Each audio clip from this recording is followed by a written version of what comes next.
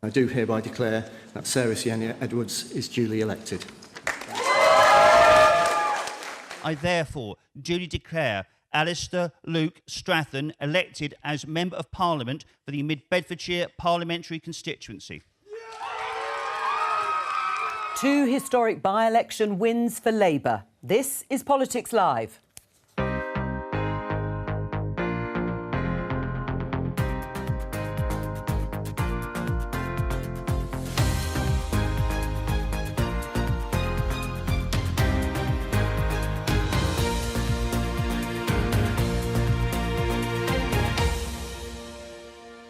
Joining me, Telegraph columnist Madeline Grant, the New Statesman's Rachel Cunliffe, Liberal Democrat MP Daisy Cooper, Shadow Health Secretary Wes Streeting and the Energy Minister Andrew Bowie. After those big wins, a victory lap from the Labour leader. In Mid-Bedfordshire, where they overturned a majority of over 24,000. This really is a game changer. I mean, there is a confidence now in this Change Labour Party that we can go anywhere across the country, put up a fight and win seats that, as you say, we've never won before. And in Tamworth, where the Conservative majority was over 19,000. People told me that it was not possible to win this seat in this by-election, and you absolutely smashed it. Tories make a quick exit and lick their wounds. I'm not in any way trying to sound complacent about it. We have a lot of work to do as a government, as a party, to win those voters back to the Conservative cause. And the Liberal Democrats are left with nothing to show for their campaigning efforts. We were really proud of the fact that we managed to almost double our share of the vote, and we did win over the support of thousands and thousands of lifelong Conservative voters.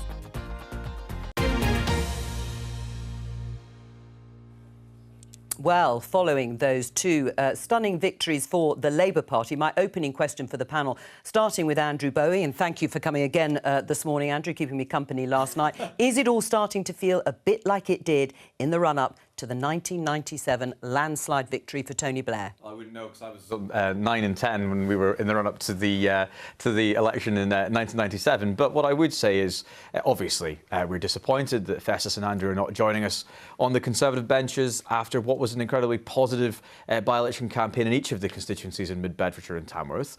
We're disappointed, obviously. Yeah. But what this demonstrates is that there's no real love for the Labour Party. The Labour Party actually lost votes in Mid-Bedfordshire and only gained 800 in Tamworth. So there's no momentum really behind Keir Starmer and the Labour Party on a low turnout. What I think that demonstrates to us as a government and us as a governing party is that we have work to do to bring people back, to convince them that there is something to vote for if they do support the Conservatives. We've got some time to do that, and we will carry on focusing on delivering for the British people, taking action to deliver on their priorities. And I think if we do that, we can win those voters back who did not come out and vote yesterday. Although Andrew was very young at the time in 1997, he obviously feels it wasn't like that.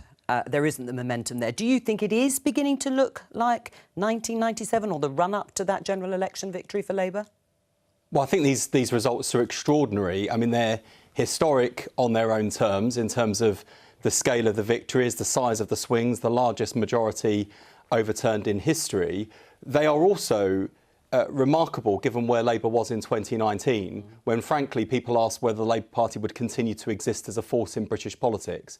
And I think the point that Keir made there in the clip, a changed Labour Party able to now offer the change the country deserves, is why we are doing so well. I don't really care what the Conservatives think about whether or not we have momentum. I mean, I think it's reflected in the results. Do you think you're on your way to a landslide? We're certainly not complacent, Jo. I mean, frankly, we've been around this block too many times in Labour's history, so you won't get an ounce of complacency from me or from Keir. I think what lots of decent Conservatives will be shocked by is that even after they deliver shock after shock after shock to their own side, you continue to get the breathtaking arrogance and complacency that says people just stayed at home, but they'll be back with us at the next election. Or worse still, even though they're the governing party, they just want to throw rocks at Labour. I think decent Conservatives are horrified by what they've seen happen to the Conservative Party. Well, we'll discuss it. And we are offering those decent Conservatives a safe home in the Labour Party to deliver the kind of change I think people are crying out for. What do you think from a Liberal Democrat perspective? Because you'll remember at the time, Daisy, there were plenty of talks between Paddy Ashdown, the then leader, and Tony Blair about working together. Of course, that never happened because Labour won a landslide victory in 1997. But is this reminiscent? Well, there's lots of speculation about which general election in the past the next general election will be most similar to. What I would say is that this has been one of the most unpredictable parliaments of all time. I think the election in Bedfordshire yesterday was also an incredibly unpredictable election. It certainly felt that way on the doorstep yesterday. But what the by-election yesterday did show is that the Liberal Democrats are winning over a lot of lifelong Conservative voters, many of whom would not countenance voting for the Labour Party, but would consider voting for the Liberal Democrats. And we certainly think that looking at the result yesterday, as it turns out, we think we've played an instrumental role in defeating the Conservatives yesterday. And we think that points to the role that we will play at the next general election, where we very much hope to defeat lots of Conservative MPs, where Liberal Democrats are the key challengers. Does it feel like the run-up to 97? I was also a bit too young to remember how it felt. Oh, you're all too young. You're all too young. But you all know your history. But it does feel like there is a nationwide movement against the Conservative Party. And it's not just these two by-elections, it's also a trend that we saw in July with the three by-elections then. And there was so much of the discourse after those three focused on Uxbridge and South Ruislip and the fact that the Conservatives had clung on to that by less than 500 votes. And I don't think there was enough focus on the fact that there had been two massive majorities of 19,000 and 20,000 overturned, one in the north and one in the south. Now you've got another two where it's very clear that the anti-Tory sentiment is coming through. And I think there should be more focus on why that is and the votes that the Conservatives are losing, rather than the lesson that they seem to have taken from Uxbridge, which is if we just go really hard on, say, green issues, maybe we can win people back. Do you think it's reminiscent of the run-up to 97? Comparisons are being made because of the size and scale of these historic wins for Labour, similar to by-elections during that 92 to 97 period. Exactly, and there was one in, not in the same part of the country as the Tamworth by-election in South Staffordshire, which was also a very convincing win for Tony Blair, that was registering a similar level of swing to what we're seeing this morning. I think that one area where I think Andrew has a grain of a point about people staying at... Sorry, Andrew, that sounds very harsh. You're right that Conservative-minded voters stayed at home. But the fact is that if your core vote won't come out and vote for you, then, you still end up with the same outcome. It doesn't matter if the Labour win is motivated by genuine attraction for Labour or by contempt for the Tories. The result is still the same. And another area I'd say it does feel somewhat different from what I can vaguely remember of 97, having been 5 at the time, is that the campaign was quite positive and optimistic in 1997. I can remember the really cheesy campaign videos with Tony Blair going to cast his vote while things can only get better plays in the background. And now I think this is much more of a kind of socket to the Tory vote. Obviously, the outcome is still the same, but it feels different on that basis. And the economic backdrop, of course, is different. But let's have a look at some of the figures for these by-election victories for Labour. We'll start with Tamworth. You'll see here, it came through first, actually, which we weren't expecting. But Sarah Edwards, the Labour MP in Tamworth, won with 11,719 votes, a majority of 1,300 or so, over the Conservative Andrew Cooper. The turnout was 36%. But let's have a look at the vote share, how that translated. Labour there on 46%, the Conservatives of 41%. It was very much a two-horse race. Reform coming in at 5%, the Liberal Democrats actually lower. Let's discuss the significance. Sir John Curtis, Professor of Politics at Strathclyde University, joins us. Hello to you. John, what's the story in Tamworth? Well, the story in Tamworth, in a sense, is a very straightforward one. It's one of a very marked decline in Conservative support, down by 26 points, with Labour up very strongly by 22 points. The Reform Party didn't fight in 2019, therefore up 5. That enabled them to save their deposit in what is a very heavily pro-Leave constituency. And the Liberal Democrats, whatever they did in mid-Bedfordshire, they only started off with 6% of the vote, but they still managed to lose 4% in this by-election. So the big story, therefore, is the swing from Conservative to Labour, 23.9%. That makes it the second biggest swing ever from Conservative to Labour in post-war by-election history. It just beat the 23.7% in Selby and Ainsley back in July. Well, let's go to Mid-Bedfordshire, different constituency, obviously, in many, many ways, and it was much more of a three-way fight. But let's just have a look at the results for Alistair Strathern, who is now the MP, 13,872 over his Conservative rival. He got a majority of 1,192, a slightly higher turnout there of 44%. It translated into these figures in terms of vote share. You can see Labour on 34%, but the Conservatives not far behind on 31%, and the Liberal Democrats there with 23%. Labour's never won this seat before, John. What happened?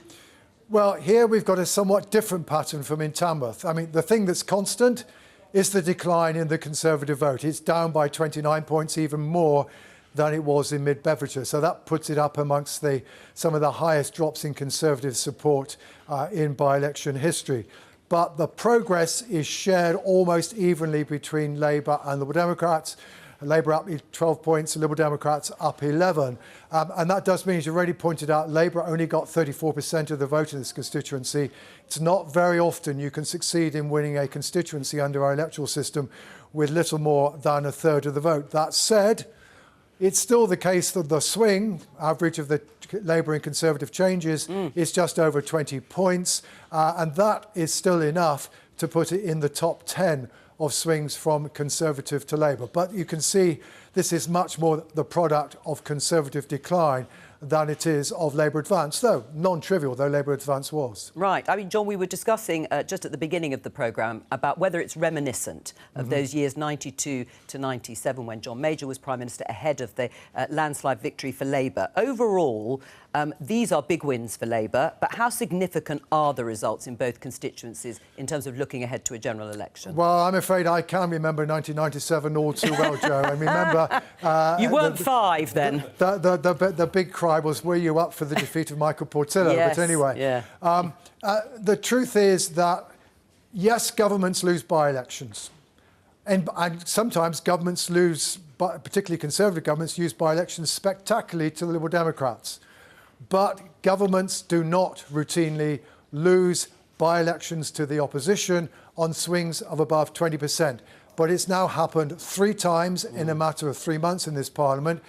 And yes, as your panel have been discussing, the last time we saw swings of this order, and we haven't seen any since 2010, is in the 92 to 97 Parliament when there were 4 by-elections where the swing was of that order. By the way, on falls in turnout that were very similar to what we saw last night, but that didn't stop them signifying. Now, I think, therefore, what we have to conclude, given we also know what the opinion poll's saying, is that it's now very clear that the Labour Party is in as strong a position a year out from the next general election, and the Conservatives in as weak a position as was the case in 1996. Of course, there is no guarantee that history will repeat itself, but we do now know, if we didn't know it before, that Rishi Sunak faces a very substantial task to turn his party's fortunes around, a task that in the end eluded John Major back in the 1990s. John Curtis, thank you very much. Well, the lesson's clear there from John Curtis. Governing parties don't lose by-elections to the opposition of this order, sometimes to the Liberal Democrats. It's going to be very, very difficult for Rishi Sunak to turn this round. There are specific difficult circumstances in all the by-elections that John just referenced there. We obviously acknowledge that. And governments these are massive swings. By-elections. But if you look at the turnouts, I mean, 35% in Tamworth, 42% in Mid-Bedfordshire, a huge amount of Conservative voters stayed at home and decided to use this opportunity to protest, to abstain. And you think they're all going to turn out at a general election? Well, I can't predict what will happen in general election. I know we've got work to do to convince our voters to come out and support us. That is quite obviously the case. That means we've got to double our efforts to deliver on the priorities that people are telling us we need to deliver on, as the Prime Minister has set out, taking big, long-term decisions in the national interest. You haven't got long, of course, have you? I mean, well, you obviously know something I don't. I mean, I have no idea when the next election is going to be. Let's put it this way. It's going to be next year, at the latest, January 25. It's not mid-term, is it? That's the point. We're not mid-term through a Parliament. You haven't got long. These swings are pretty dramatic. Yeah, look, I mean, we can't deny that the swings are large, but it's also the fact governments do not win by-elections. It's also a fact that the Conservatives have not switched to Labour. Many of them did stay at home. That gives us an opportunity to win those voters back and to demonstrate to the country exactly what this government can do for them and will do for them in the future. And I have complete faith in Rishi Sunak to be able to take that message to the country and to demonstrate that we are acting on the people's behalf. Well, let's hear from the winning candidate, now MP in Mid-Bedfordshire, and from Keir Starmer. I and we have been really humbled by how seriously people have taken this election, this opportunity to do something different, this chance to make sure we finally have an MP in Parliament who's going to be on our side. And I think it's fair to say that after today, no one is going to be taking us for granted here in Bedfordshire ever again. We take this incredible victory humbly. We know that voters here have voted for us and they put their trust and their confidence in a changed Labour Party, and we will repay them for that trust and confidence. We do so humbly. Keir Starmer and Alistair Strathern. Let's catch up with our political correspondent Nick Eardley, who's been in Mid-Bedfordshire. Interesting use of the word humble, and we are going to reward the people of Mid-Bedfordshire humbly. Cautious, really, in his celebrations. I think Keir Starmer was very keen not to get ahead of himself this morning. In another BBC interview, he talked at length about not wanting to get carried away, that there's a long way to go until the general election.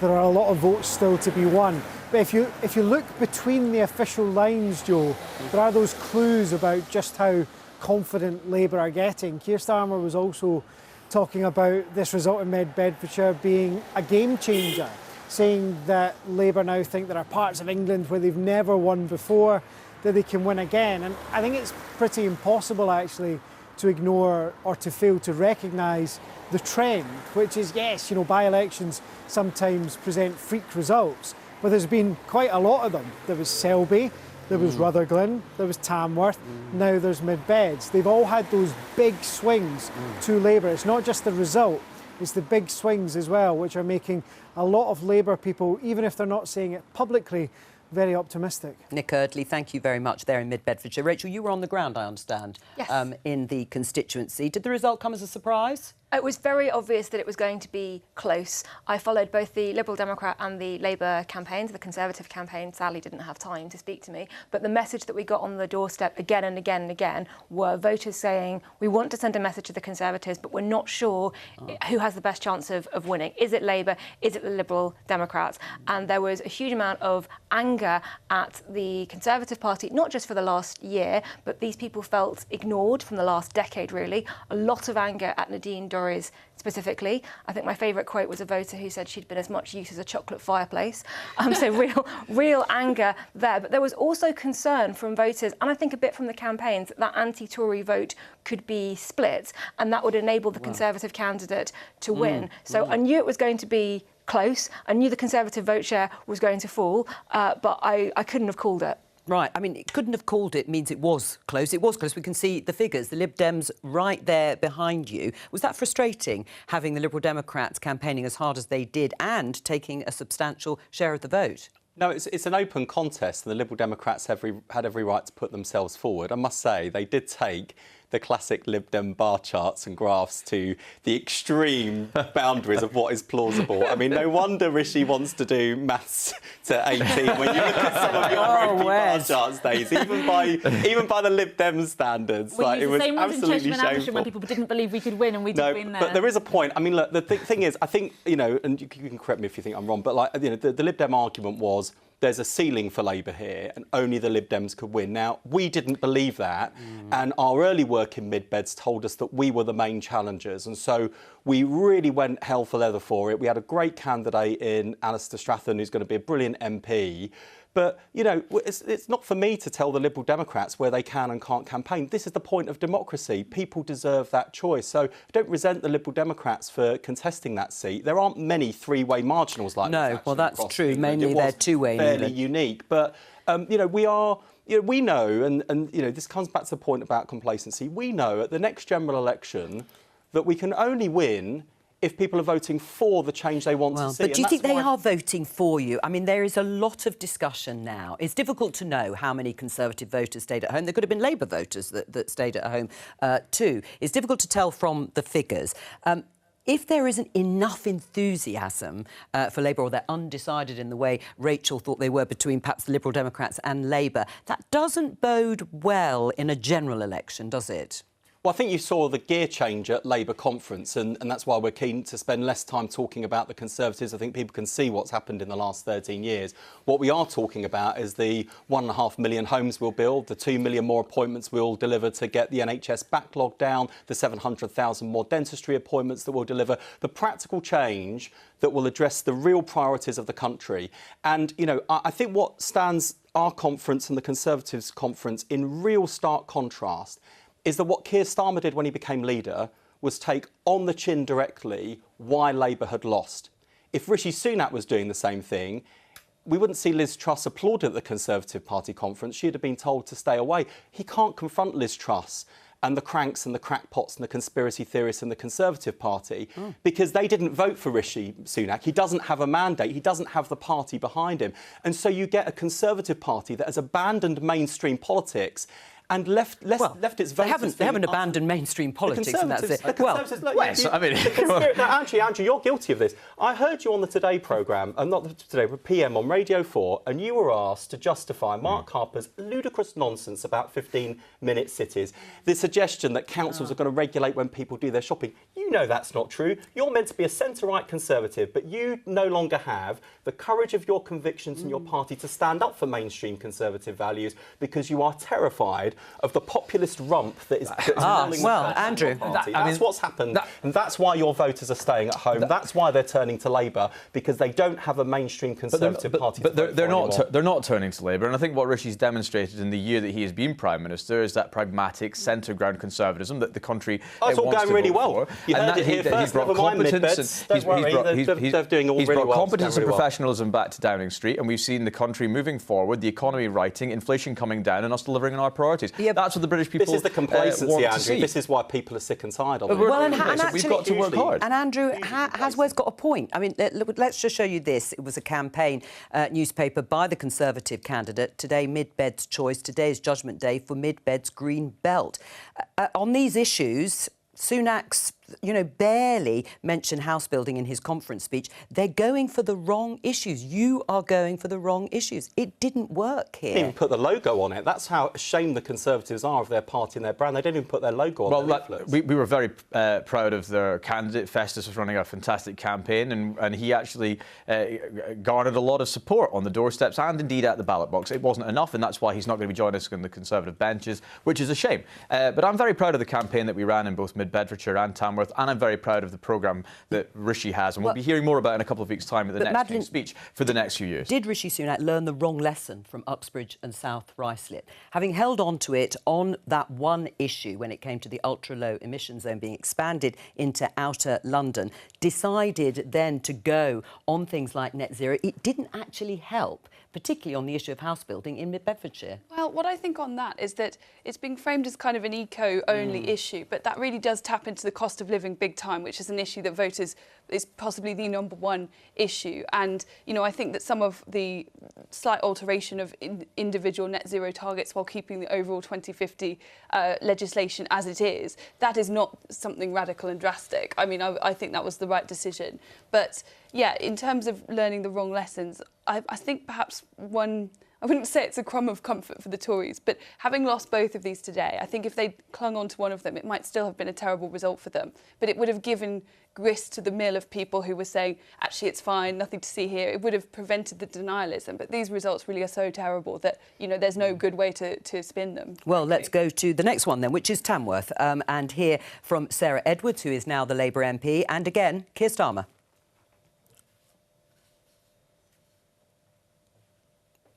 Or maybe not.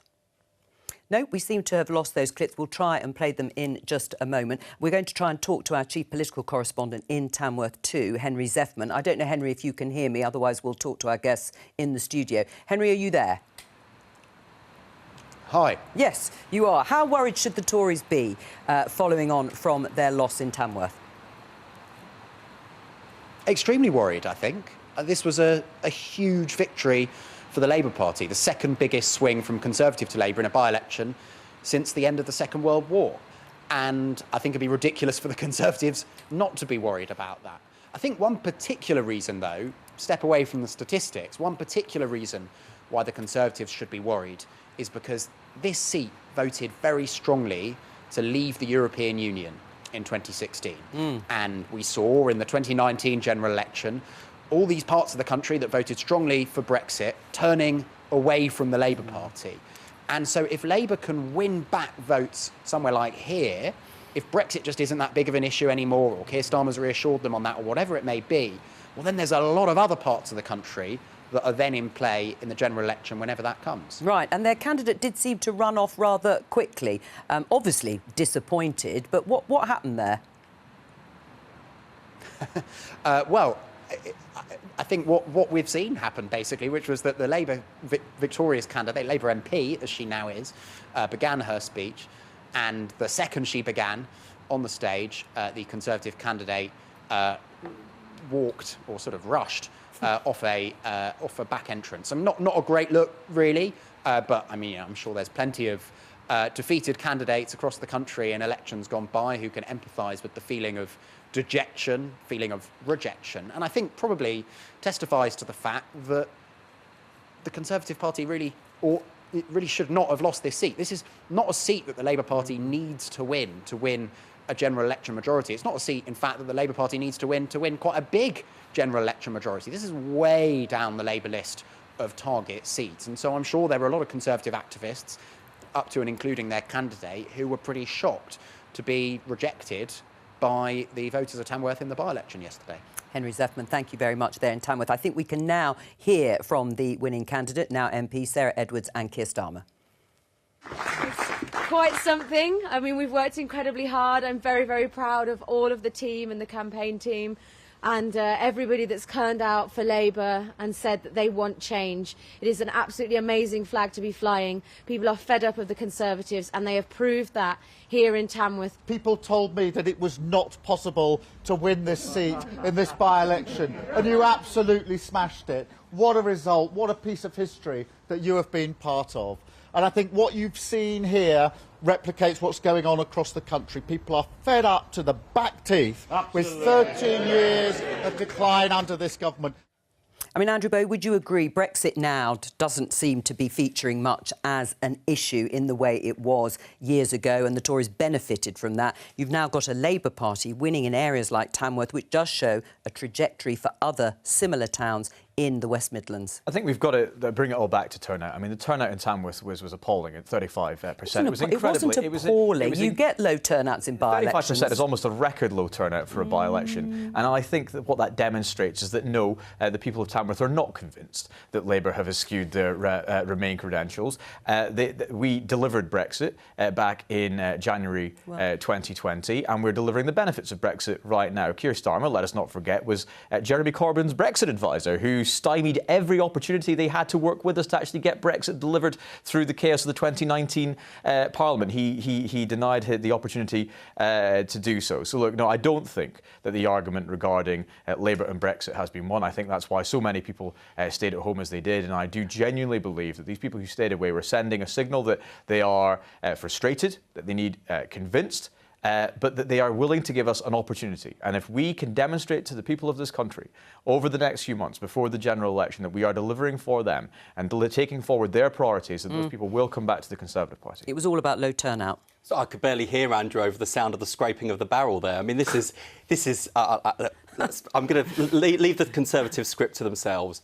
We know that in the next 12 months or so in the run-up to the election, the task that we need to do is to persuade people that change is possible.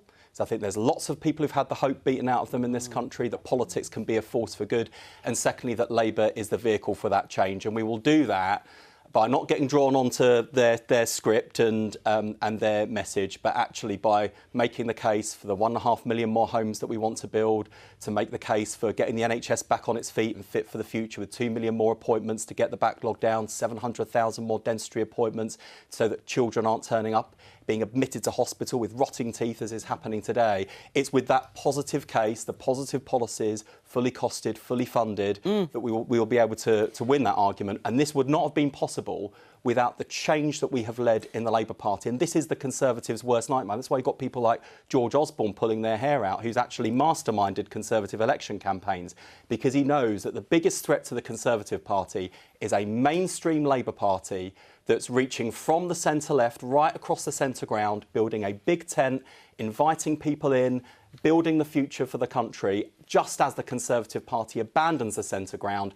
and this gets swept off by the populists of its right-wing flank. I think Andrew needs to go and speak to some of those voters who decided to stay at home, because I spoke to a lot of them in mid-Bedfordshire, and what I heard from people was many people now think that everything in this country has been so broken by the Conservatives, they're not sure that anybody can fix it, and that's why they stayed home. And there is a huge job now for opposition parties, including the Liberal Democrats, to set out our plans as to how we can fix the NHS, tackle the cost of living, and prove to the British public that there is a brighter future, that we can change the country, things can be fixed, but it starts by getting rid of this Conservative government. All right, well, let's have a look at the figures again in Tamworth, because actually Liberal Democrats were beaten by the Reform Party, you can see, on 1,373 votes. Sir John Curtis said last night that there is the possibility of a pincer movement here, because if you look at the majority that was won by the Labour candidate, 1,316, if those votes that went to the Reform candidate had gone to the Conservatives, you might have actually held on to that seat.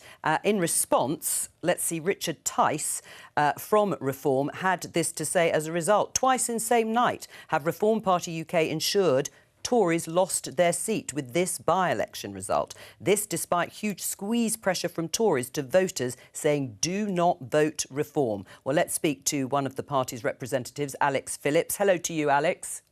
Hello, good afternoon, Jo. Good afternoon. You got 5% of the vote share or less in both constituencies. Isn't Richard Tice exaggerating somewhat? Well, look, I think what's important, Jo, is you've invited me onto this programme to talk about reform. So this, to me, shows that we're on the cusp of something changing here. And as you know, viewers might not necessarily know, but as you know, that I was involved in UKIP 10 years ago.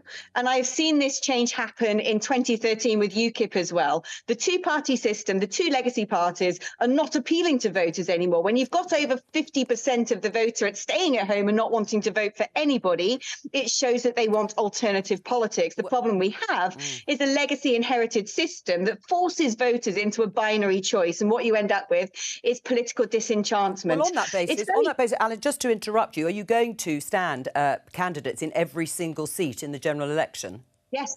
Yes, that is absolutely the plan, because, of course, you need to do that in order to get media coverage, for one.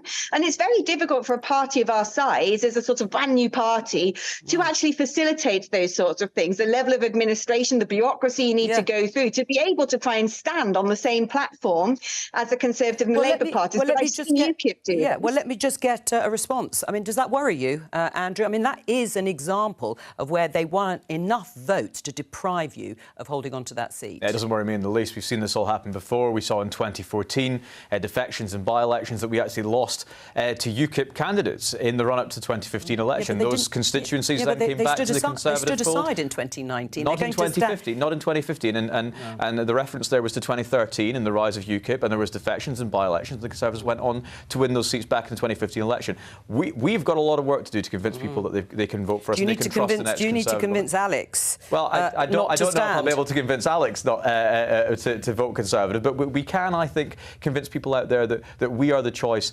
to deliver the future that this country needs. Right. And indeed, that they want to stop a Labour government, then their vote should go for the strong Conservative candidate standing in their area. Right, well, Alex, can you be persuaded not to stand?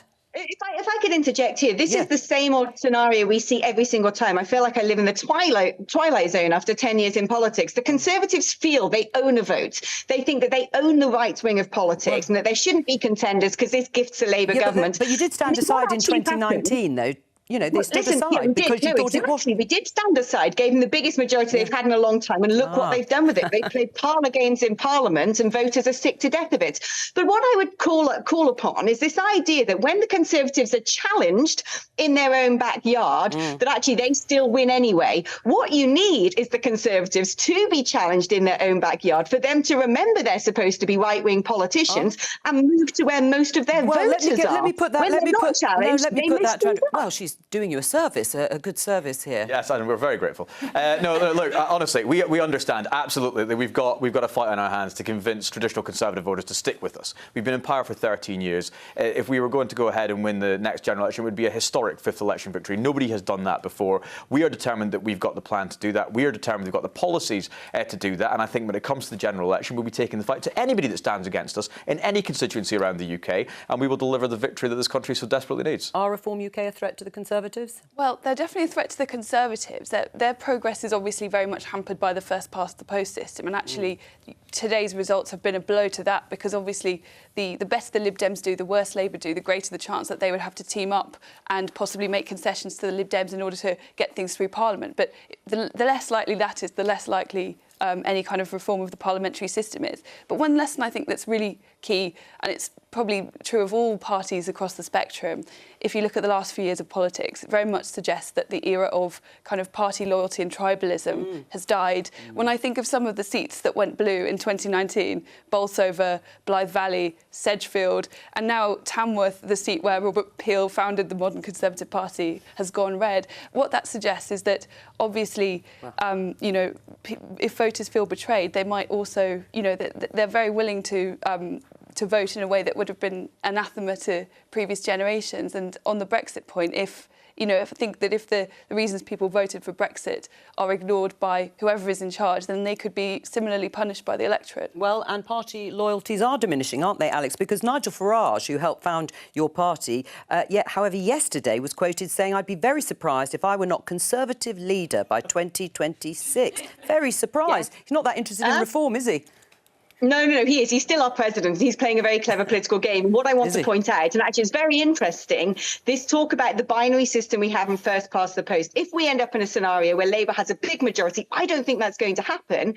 But if they get a big majority, then the idea of proportional representation is not on the table. The closer the next election gets to this sort of dissipation of voting, because people are fed up with the legacy parties, the closer we get to a political system that actually represents the views of the electorate. And you just have to look at big changes that have happened in Europe. Big change comes when electoral systems allow big changes to happen. And what I look forward to in the next election is that being on the table, something I think the Lib Dems would strongly agree with. Oh, yes, I'm sure they would very much so. There is a feeling of déjà vu, as we were talking about 1997. On one thing, I do not think that Nigel Farage will be leader of the Conservative Party in 2026. You don't, but no, thank you for clarifying that. Alex Phillips, thank you very much. But on that point, yes, proportional representation. I mean, not a chance if Labour win and win big. Well, proportional representation has been in the Liberal Democrat manifesto since the party was founded, and for many years before then. It'll be in our manifesto again, and it's one of the priorities for Liberal Democrats. But, you know, at the moment, when I speak to residents in St Albans, Mid-Bedfordshire, wherever it is in the country, what people are telling us is they want political parties to focus on the crisis facing our NHS and the cost of living crisis. And that's why Liberal Democrats have set out our plans to tackle both.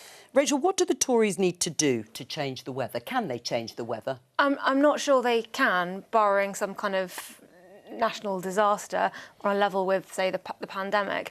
I think that the lesson that they got from the by-elections in July seems to have been to move more to the right, and you do have Conservatives today going, actually, if we move further to the right, we would take the reform vote and we would have won on those by-elections. And I think that is the wrong lesson.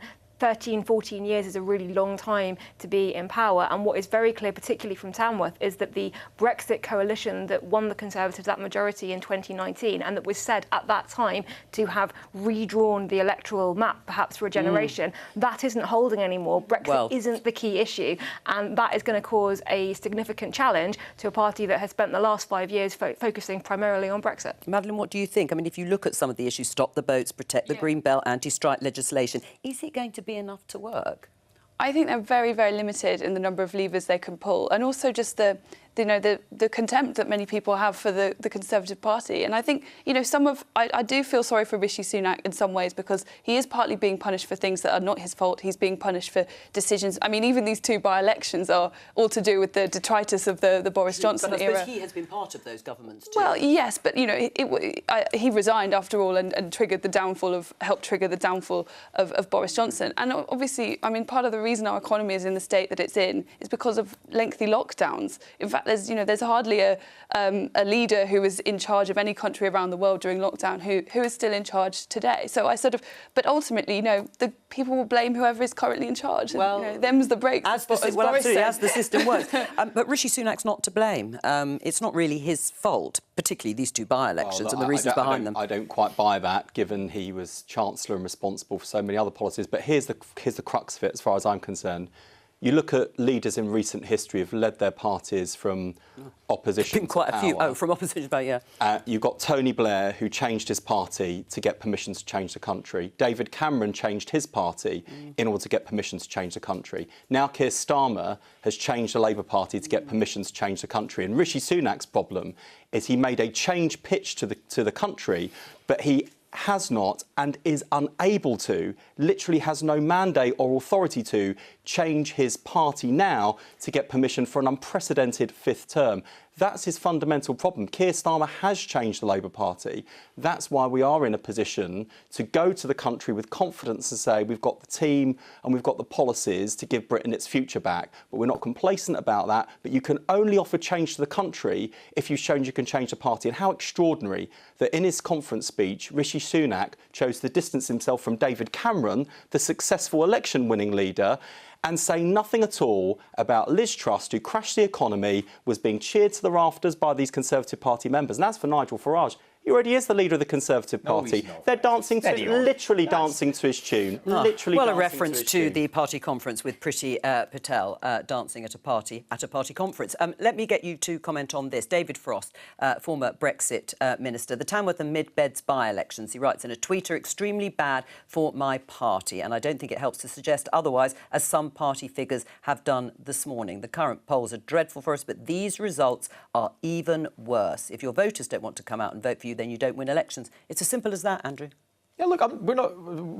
We take absolutely on the chin. Have you really understood the depth of defeat, is what David Frost is saying, and obviously wanting to see some change? Yeah. Does there need to be a radical change? We absolutely recognise there is frustration out there, there is scepticism out there, and people want to give us a bloody nose in these by-elections. They have done. We'll obviously take notice of that. Yeah. But what I think how will you take want, notice of it? Because it's probably going to open the floodgates to an awful lot of people within the Conservative Party coming up with helpful ideas about what you should do. We've seen it already, and that's only going to increase, isn't it? No, look, I think what we need to do, and I think that what the country expects us to do, is to redouble our efforts, to focus on delivering on the priorities of the British people, to take those tough decisions that are in the national interest, to rebuild trust, to rebuild our economy, to have inflation, to move this country forward. That's what the Prime Minister is focused on. That's what the entire government is focused on. That's what I'm focused on. And I know that's what the Conservative Party will do over the next few months. I mean, the question will be, do you feel better off? Do you feel better off when voters go to the polls